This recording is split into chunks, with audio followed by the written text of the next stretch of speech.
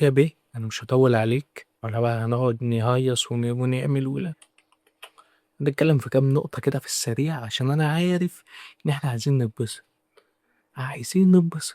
يعني احنا عايزين نسمع ان الاسيست ال21 هيتحسب لبرونو فرنانديز ويبقى اكتر لعيب في الموسم الواحد اللي عامل اسيستات في تاريخ الحياة، او مش في تاريخ الدوري الانجليزي، لأ، في الحياة. هو كده خام. فكرة انه هيتلغي وهيتسحب منه مش عارف ايه انا مش هخش في حتة ان انا يبقى صياحة طرب. مش هخش. معلش، مش هيحصل، مش هيجي معايا. انا بقول لك اهو، انا مش هيجي معايا الحوار ده. خلاص مش هعمل كده.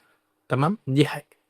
الحاجة التانية، سيل إليمنتس الأداء اللي هو بيقدمه بيثبت إن هو من أحسن الصفقات اللي جت في الموسم.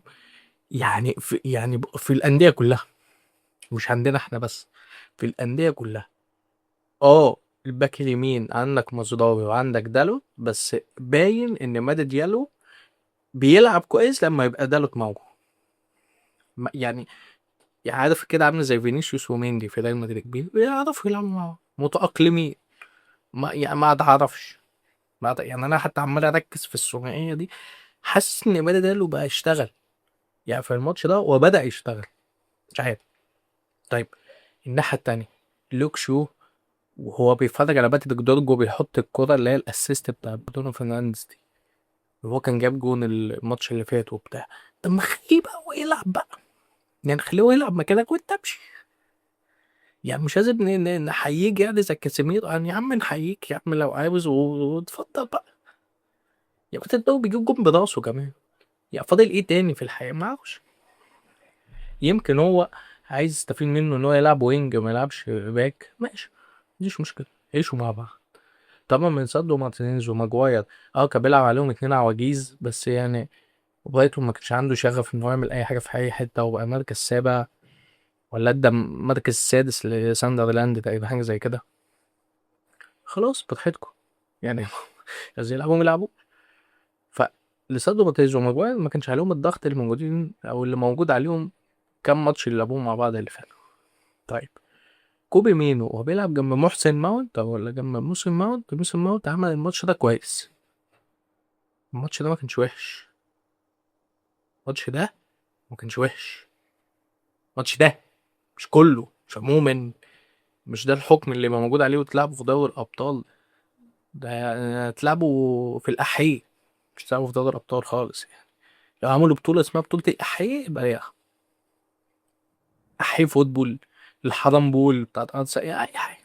مهم ان هم ما يبقاش معانا في دوري الابطال. مش عارف ازاي. لا، بالاسيست وبسرعه وتك تك ودالوت دالوت ودالوت عملها اللي مش عارف ايه، وبدت يالو والبتاع والجون اللي جاب بوبو التاني. انا اللي سمعت منه بالجون ده ان موبو ما ينفعش، الانبوبه النيجيريه دي ما ينفعش تلعب مهاجم. يعني لازم تجيب مهاجم يداور مع بنجامين سيسكو، والمهاجم ده ما يبقاش جوجو سيركسي. معلش انا راجل طماع. معلش يا شخط، بلاش. افتكر اني قلت لك بلاش. طيب،